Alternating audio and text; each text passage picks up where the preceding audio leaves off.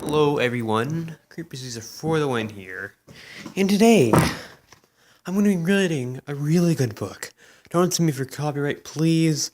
Today the book is going to be The Communist Manifesto. I don't know how to pronounce that, trust me. It's hard to pronounce. Now I don't know if this mic's any good, it's still on my phone, and sadly this has to be vertical video.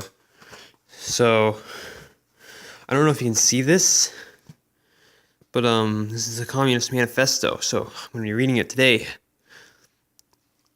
The specter is haunting Europe. The specter of communism. All powers of old Europe have centered into a holy alliance to exorcise the specter. Pope and Tsar, I don't know how to pronounce that, Geisot, French radicals, and German police spies. Where is the party in opposition that has not been desired by communistic, no, it is communistic by its opponents in power? Where is the opposition that has not hurled back the branding reproach of communism against the more advanced opposition parties, as well as against the I can't read this, as well as the reactionary adversaries? Two things result in this fact. Communism is already acknowledged by all European powers to be itself a power. It is high time that communists should openly, in the face of the whole world, publish their views, their arms, their tendencies, and meet this nursery tale of the specter of communism with a manifesto of the party itself. To this end, communists of various nationalities have assembled in London and sketched the following manifesto to be published in English, French, German, Italian, Flemish, and Danish languages. Okay, this is so this is actually the Communist Manifesto. The history of all hitherto existing societies. You can't even see that. Sorry for the lighting is trash. Is the history of class struggles. Freeman and slave, patrician, I can't pronounce that, and plebeian, lord and serf, guildmaster and journeyman, and a word, oppressor and oppressed, stood in constant opposition to one another, carried by an uninterpreted, now hidden, now open fight, a fight that each time ended either in a revolutionary reconstruction of society at large or a common ruin of contending classes. I'm assuming that's like a French Revolution. I don't know. In earlier epochs of history, we find almost everywhere a complicated, I can read, trust me, arrangement of society into various orders, a manifold gradation of social rank. In ancient Rome, we can't speak. Knights, plebeians, slaves. In the Middle Ages, feudal lords, vassals, guildmasters, journeymen, apprentices, serfs, and almost all these classes again, subordinate gladiators. The modern Borgios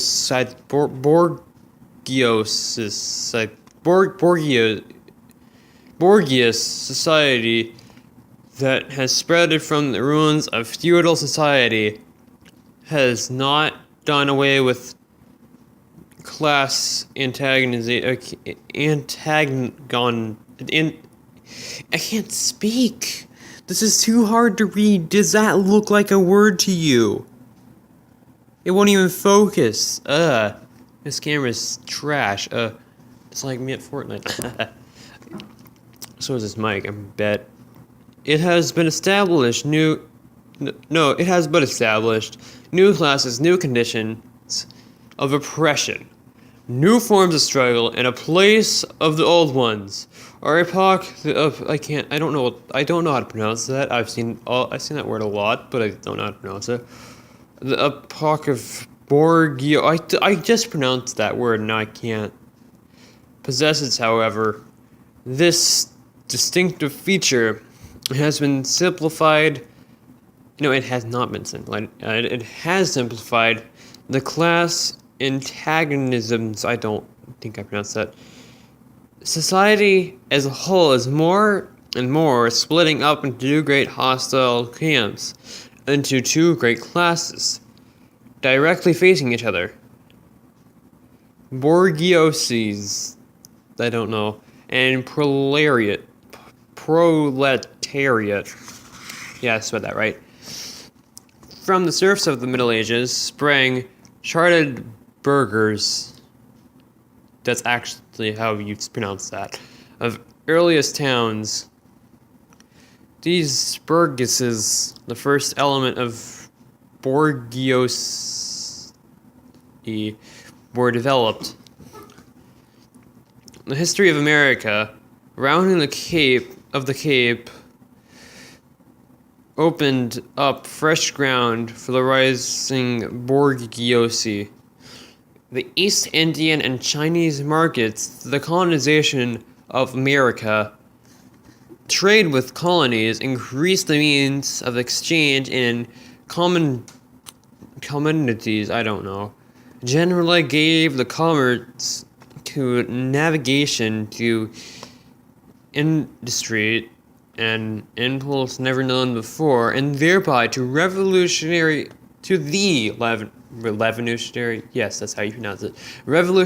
element in the tottering feudal society, a rapid development. I don't understand any of this. Help. Karl Marx, please. Why did you do this? The feudal system of industry. I haven't even gotten to page 22. That's when this ends. You know what? I'll see you next time after I finish this page. The feudal system of industry under which industrial production was monopolized by closed guilds now no longer suffice for the growing wants of new markets. The manufacturing system took its place. The guild masters were pushed on one side by the manufacturing middle class. Division of labor between the different cooperate guilds vanished in the face of division of labor in each single workshop. Meantime, the markets kept ever growing, the demand ever rising. Each manufacturer no longer sufficed. Thereupon, steam and machinery revolutionized industrial production. The place of manufacture was taken by the giant, modern industry. The place of the industrial middle class by industrial millionaires, the leaders of whole industrial armies, the modern Modern industry was established by the world market for which the discovery of America paved way.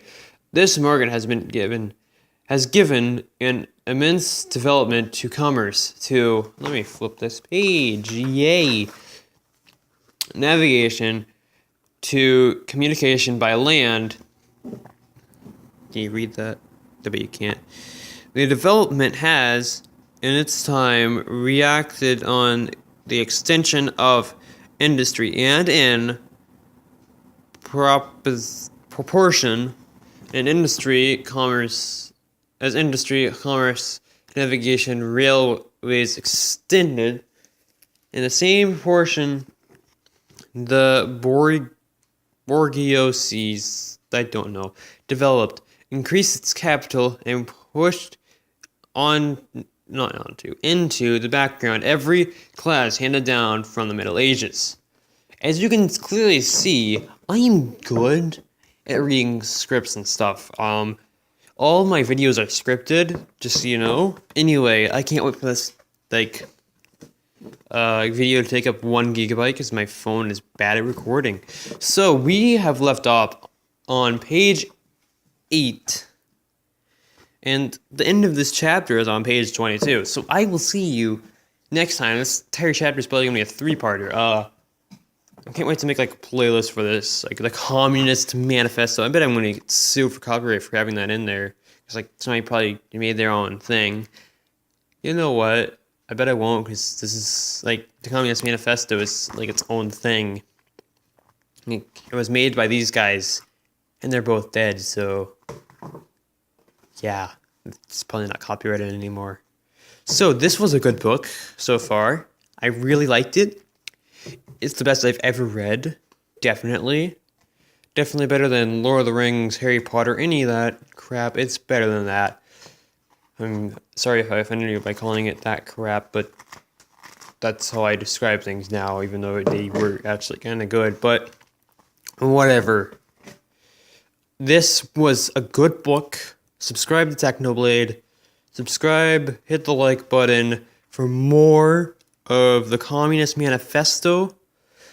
I will see you next time in the next video. This is about to take up 1 gigabyte of space, and I won't be able to save it to my device, so see you next time. Goodbye.